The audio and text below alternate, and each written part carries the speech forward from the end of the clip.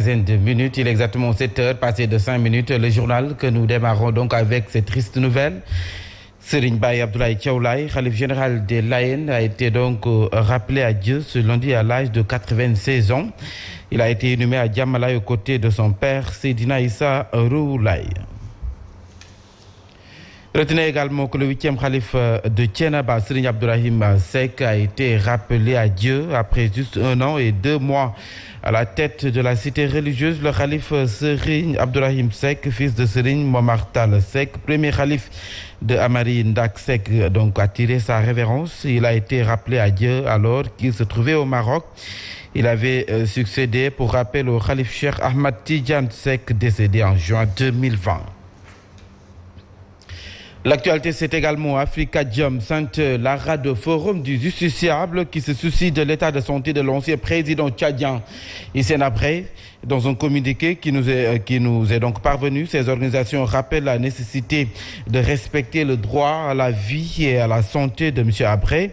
En plus, elles demandent qu'une attention particulière soit portée compte tenu donc de son âge avant d'appeler pour des raisons humanitaires et sanitaires à un allègement de ses conditions de détention. Par ailleurs, les organisations recommandent à l'Union africaine la prise en charge et l'accélération du processus d'indemnisation des victimes. Je propose de suivre Babacar Ba au téléphone de Fatou Abdoundiaye. Alors, suite à la saisine des organisations de défense des droits de l'homme, notamment la RADDHO, Amnesty International, Ligue sénégalaise des droits de l'homme, Afrikajom Sainte, le Comité sénégalais des droits de l'homme et le Forum du Justiciable sur l'état de santé dégradante de l'ancien président du Tchad, Hissène Habré, nous avons jugé nécessaire, à travers un communiqué conjoint qui a été signé par la RADDHO, Afrikajom Sainte et le Forum du Justiciable, pour demander aujourd'hui l'État du Sénégal de prendre en compte l'état de santé de Hissène Habré qui ne cesse de se dégrader. Aujourd'hui, l'état de santé du président Hissène Habré n'est plus compatible avec la détention carcérale. Hissène Habré est très malade. Hissène Habré est très âgé. Et puis, Mbour, polémique sur la délivrance des certificats de résidence à Nguékhor. Les opposants du maire Pape Songué Diouf fustigent l'attitude de ce dernier qui, selon eux, délivre des certificats de résidence à ses militants à partir de son domicile. Ils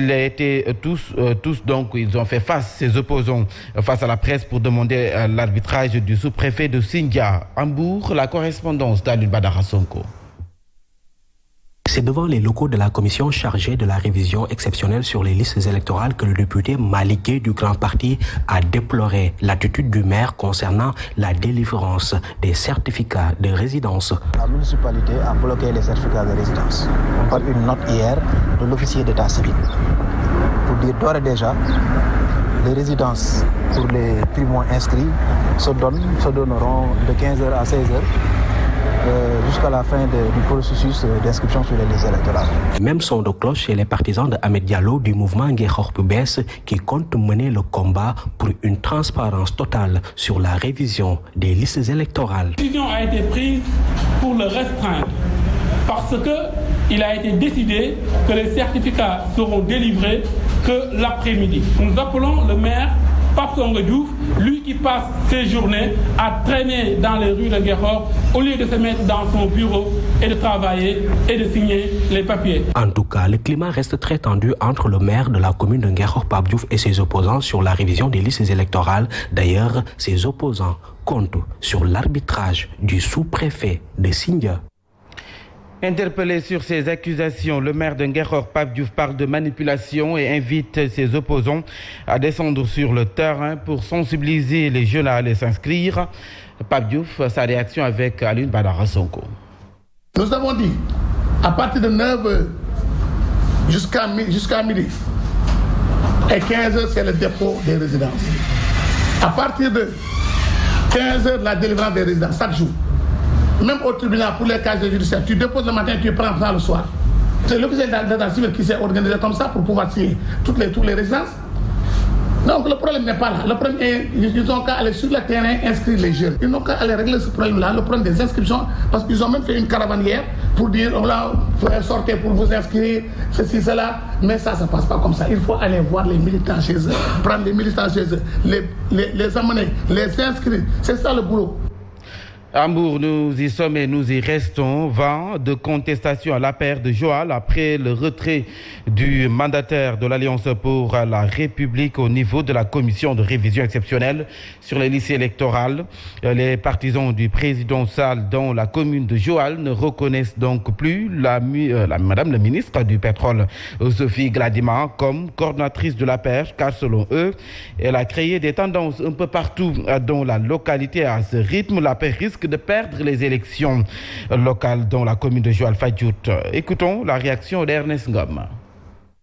Soit disant qu'elle n'a pas été consultée. Oui, bon, malheureusement, celui qui l'a remplacé, on ne peut même pas le désigner parce qu'on ne sait pas dans quelle formation politique il est. Ce que nous voulons dire au président de la République, son Excellence M. Macky Sall, avec tout le respect qui s'y est, c'est d'attirer son attention par rapport à la situation au niveau de la commune de Joal-Fadiouth. Sa famille est là. Tous les responsables de structure de la coordination sont là aujourd'hui.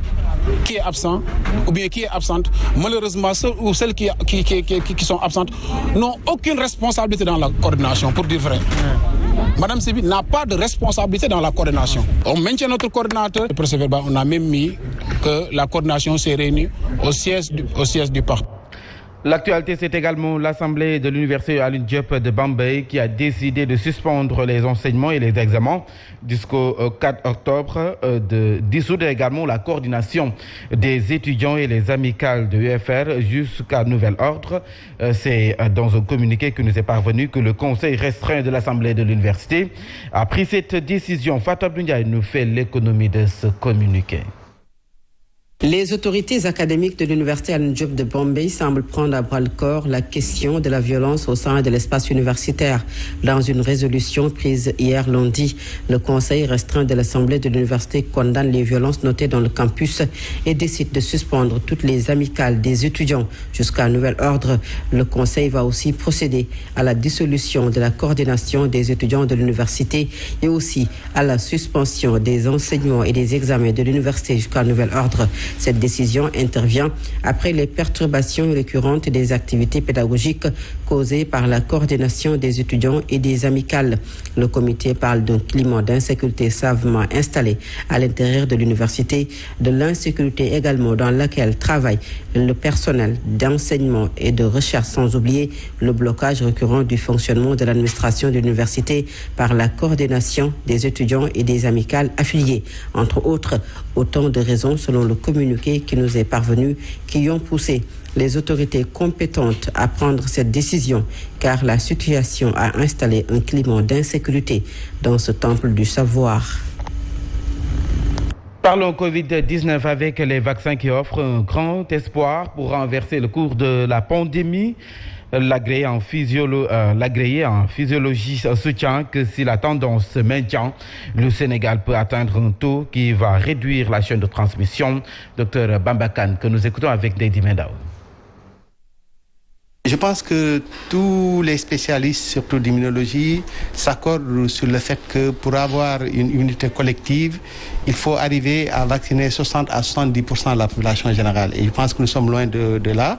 Nous ne sommes même pas encore à 10% de la population, mais je pense qu'aujourd'hui nous voyons une certaine ruée des populations vers les centres de vaccination et cela est de bon augure. Et je pense que si nous continuons sur cette lancée, effectivement nous pouvons atteindre un taux qui permettra, n'est-ce pas, de réduire significativement, n'est-ce pas, la chaîne de transmission. Covid-19 toujours dans le secteur de l'éducation, les perspectives ne sont pas rassurantes selon le secrétaire général du QSEMS. Abdoulaye Ndoye soutient que plupart de la population est constituée donc de jeunes. Il estime qu'il faut impérativement rompre la transmission.